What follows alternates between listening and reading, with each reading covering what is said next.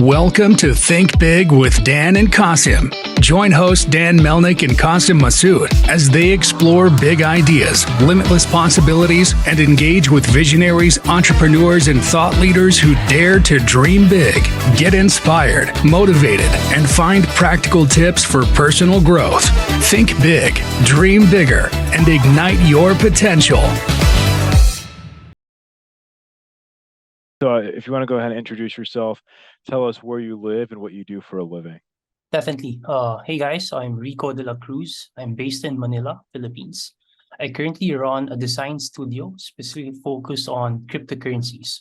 So we work with a ton of NFT projects, DeFi projects working on UI UX, as well as web design. So I have a couple of people on my team who are analysts as well from various different investment firms. So we do help with fundraising activities for these projects, whether it's about storytelling for their pitch deck, being able to support them in the fundraising process and all those stuff. But mainly, we run a crypto native design studio. Yeah. Awesome. So are most of the projects that you work with, are they in the Philippines or do you work with people all over the world? We work with people all over the world. So the talent-wise, internally, we're all based in the Philippines, but we work with international clients. So some people would be in Canada or in US, right? So yeah. So where are most of your clients? Are they in the US?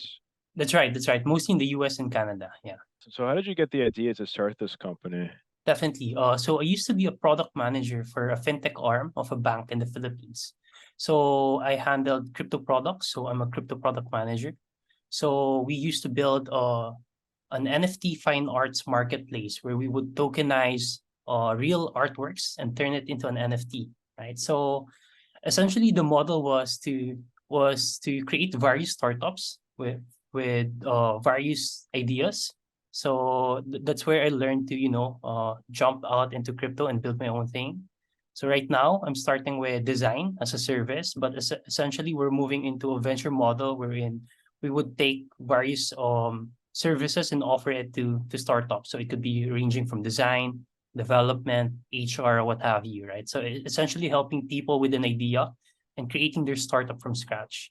So what makes you better than your competition? Definitely. A lot of people you tend to say, we're the best company, but I wouldn't make that claim, right? Because it's much easier for you to be much more honest with people. I would rather say we're in the top 10, top 20 company serving underdog startups, right? So that's where we're leaning towards. Not a lot of these projects have the budget to pay for the top agency. So that's where we come in. We're trying to reach a very niche market, the underdog startups, and really work with them from the very start, right? So there's this idea from South Commons Park wherein they work with -1 to 0, meaning even if you don't have an idea, we'll start working with you as long as we get to know you as a person. So it's really about being able to be engaged with these projects early on. So some friends who within the industry who wanted to put up a startup, you make partners with them, you form this partnership with them. So it's really about being very particular with the stage of the projects you're working with. At the same time, the talents we have in our firm usually work with banks in the Philippines. So we're very familiar with all the UI UX of a Web2 native platform. So that's what we bring into the expertise when it comes to serving clients. Yeah. That makes sense. So do you think also some of the value that you provide is based on a cost because you are in the Philippines? That's one way to look at it. I've heard one feedback from a client from Canada. They were vouching for us, and he told the other client he was referring us to, they're the best value for money. So you could think of it. You could think of it that way. We're in a developing country trying to work with very talented individuals, connecting them with also talented founders within the global space. So you could also think of it that way. Yeah. So how do you go about, doing client acquisition? Like how have you been able to grow this business? Is it mostly through Twitter or what channels have you used? Definitely. At the moment, it's mostly Twitter. I mentioned earlier, I'm friends with a lot of analysts within investment firms. So a lot of those would come from network and word of mouth, right? So my analyst friends who work in investment firms invest in the startups, and they usually are referred to us in our design firm. At the same time, we are also exploring with paid ads on Google, but it hasn't it hasn't taken that it hasn't took off yet, right? So we're mostly focusing on organic and word of mouth, yeah, on Twitter. So as of right now, what is your average monthly revenue? Definitely. At the moment we're doing about 15K a month, yeah, ranging about 2 to 3 projects on a monthly basis. So are these projects mostly, so you mentioned some Web 2, but is it mostly Web 3 blockchain projects? Like, what is the scope of most of your work? Definitely. So recently we've worked with UI UX design. So it's really about creating all the flows from start to finish when it comes to designing an app. So we recently worked with a decentralized exchange wherein you can swap one crypto to another.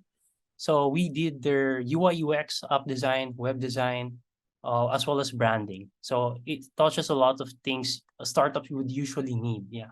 And so, what are the daily challenges you face in your daily current business? I would say definitely it's about growth, internally when it comes to hiring talented individuals. At the same time, externally, it's about acquiring customers as well, because you want to be able to have like sustainable revenue, not just one-off projects, right? Because I feel like that's one of the challenges when it comes to agencies. You're working with projects and it tends to be one-off. Whereas if you could retain the clients, work with them consistently, that way, you're able to grow your business on a very sustainable way, right? So we're also exploring with pricing models at the moment, because some agencies would choose to do a fixed fee. Some agencies would explore subscription-based pricing, wherein you pay a fixed fee, then you could do unlimited design work with unlimited revision. So we're kind of in that place at the moment. We're exploring various pricing models internally. We're also balancing how we grow as a business, right? Hiring teams and acquiring customers. So, what does your typical day look like? Yeah, as mentioned earlier, it's really about growing the business. So internally, being able to sell your idea to potential talent. And as mentioned earlier, I've worked with people from banking, the fintech space. All of these are designers. So you want to be able to onboard them into this idea of crypto, right? So it's about selling your idea to this talent internally. And externally, again, it's about being able to experiment with various growth levers. It could be referrals by referrals, cold calling. It could be about, word of mouth, really try to experiment with various of things. That has been my day-to-day for the past few months, actually. And that's great. So, you mentioned you work with Americans and Canadian clients. So, how do you accommodate the timings? And that's pretty late for your timings, right? Definitely, definitely. We usually do a sync call. So in some cases we work on Slack or Telegram. So we send them timeline. We update asynchronously. In some cases, if they have a question, I'm usually on call. So later this evening, if there's like a call at 3 a.m., I would usually pick those up. But at the same time, it's really about setting boundaries. I tend to adjust my time based on my client's time zone. So we mostly work with on the Pacific time zone. So my sleep has been changing depending on the clients we work with. So it has to be flexible. Yeah. So, what are your top priorities for next 3 to 6 months? Yeah, as mentioned, we're looking into this venture studio model. So at the moment, we're starting with design, but we're also very much forward looking to getting development into our services as well, right? So that's been like being able to grow internally for services. At the same time, as mentioned earlier, we do like 2 to 3 projects on a monthly basis. We need to be able to take that up a notch, especially it's in the mayor market. So it's much better for us to be noisy out there where in a lot of agencies has closed shop. It's time for us to be proactive and active in the space, right? So ideally it's about getting more clients as we go on this bear market. Yeah. So as a software industry, people usually start with the services and go on to the product. That's a streamlined thing for the software industries. How do you think if you have one in solution that could you invest and that could streamline your business, what would that be? Yeah, I think even without thinking about software development, like what we do at our design firm, we utilize a bunch of AI tools, right? So when it comes to uh design to code, turning our design from Figma to useful codes that are production ready. So that's one way we could go about it. So when we work with developers, they're usually surprised that we're able to turn designs instantly into usable codes, right? So essentially utilizing AI trends recently. So whether it's about copywriting on design, being able to use design to code tools, image generation has been very useful with our design firm. So I think not just AI, but on top of my mind, AI has been useful, very useful for our past projects recently. Yeah. So, what's the one biggest piece of advice you wishes you knew before you started this business? I would say to network a lot because, as mentioned earlier, a ton of our clients came from people we know, people we've built genuine relationships for the past year or so, right? So it's really about being able to invest time into building genuine relationships. Because I've noticed recently that a bulk of our code DMs are usually being responded when we have past interactions, right? So it's really about building genuine relationships, being able to provide value to the people you're talking to, right? It's not just a one-way street. You have to give something in return. Yeah. So when you're building these relationships, you mentioned obviously it's mostly on Twitter, but have you looked in, so you mentioned, I mean, I guess you said Telegram a little bit.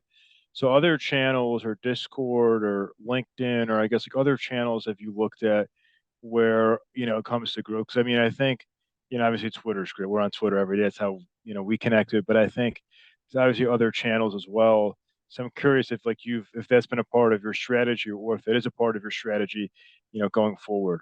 Definitely. So for one, I'm also working in LinkedIn. So I used to call DM in LinkedIn, but at the same time, there are crypto natives, social apps like Lens or Warpcast, wherein you can reach crypto native builders, right? So they're like you could think of it as like mini forums or group chats wherein the most crypto native individuals hang out, right? So it's about understanding where your partners or clients are hanging out with online, right?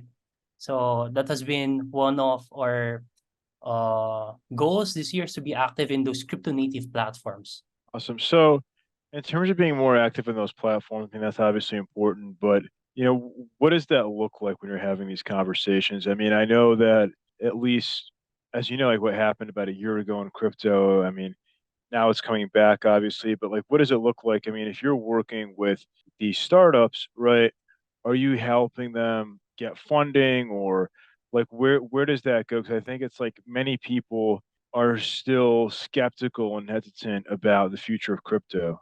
Definitely. To your point, I usually help out with startups whenever they're fundraising because as mentioned, I'm friends with a lot of investors, crypto native investors. So when a lot of these builders come and build their own project, I would tend to reach out to them. You know, if their project is really like part of a thesis of an investment fund, because these funds usually have like investment thesis and whether the projects fit their thesis. I would usually send out these deals to a lot of investors because I usually have like a newsletter wherein, I would promote these projects into these VCs, right? But apart from that, I'm also friends with a lot of operators. So if these projects would need people in growth or biz dev or they're hiring in generally, right? I would usually connect them to the right providers and operators. So that's how I usually go about providing value upfront. No, it's really not asking, hey, do you want design services? It's really about providing, how can I help you? If you guys need any support in hiring, I know a few people who runs an HR platform or HR consultancy wherein they could hire for you, right? So those kind of little things tend to adopt because a lot of our projects we work with usually start from those conversations. So how do you deal with difficult clients? That's a great question. Depending on whether we made a mistake, it's really about being able to be upfront. You made a mistake, and really not try to engage in lengthy conversation. You want to you want it to cut it straight away, right? And at the same time, as mentioned, it's about really being honest and being patient, because we've been really so fortunate that a lot of our clients we worked with are close friends or networks of ours. So they're pretty, I would say, amenable to whatever changes or uh differences we have in terms of a culture, language, or what have you, right? So, but yeah, we've been fortunate with our clients, but as mentioned, it's really about being upfront, being patient with these clients. And we're working a service company.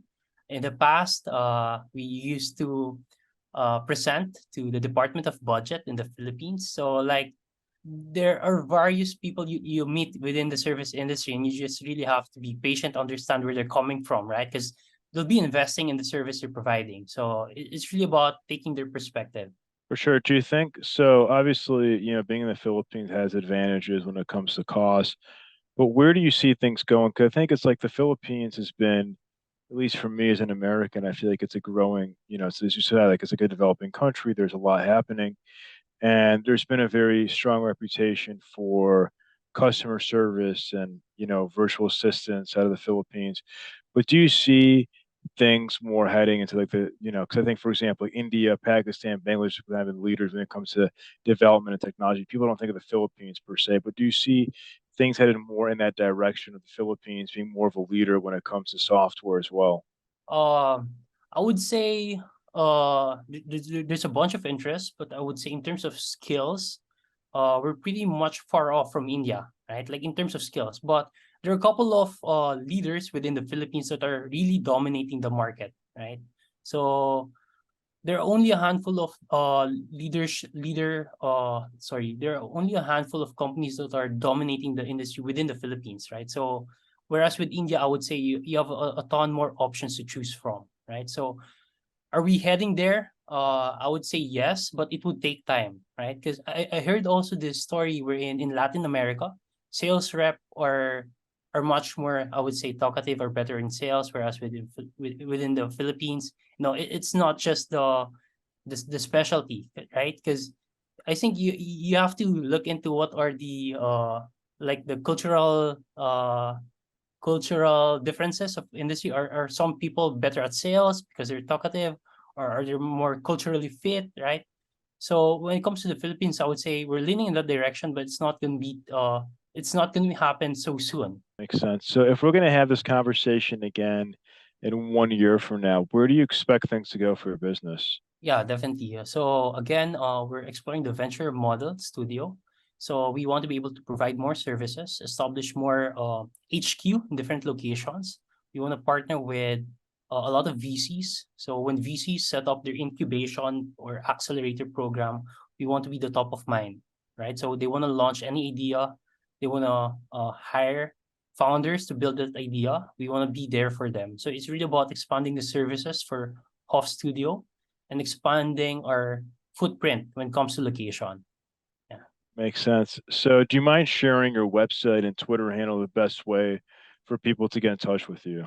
Definitely. For website, it's offstudio.xyz. For social media, I'm mostly on Twitter. It's _XYZ man_. Awesome. Well, Rico, thank you so much for your time. It was a pleasure chatting with you. We're rooting for you, wishing you the best of luck, and hopefully you guys keep growing and we can chat again in 1 year from now. Happy to be here. Thanks so much, man. Thank you. Awesome. Thank you so much. All right. Bye. Bye. Bye bye.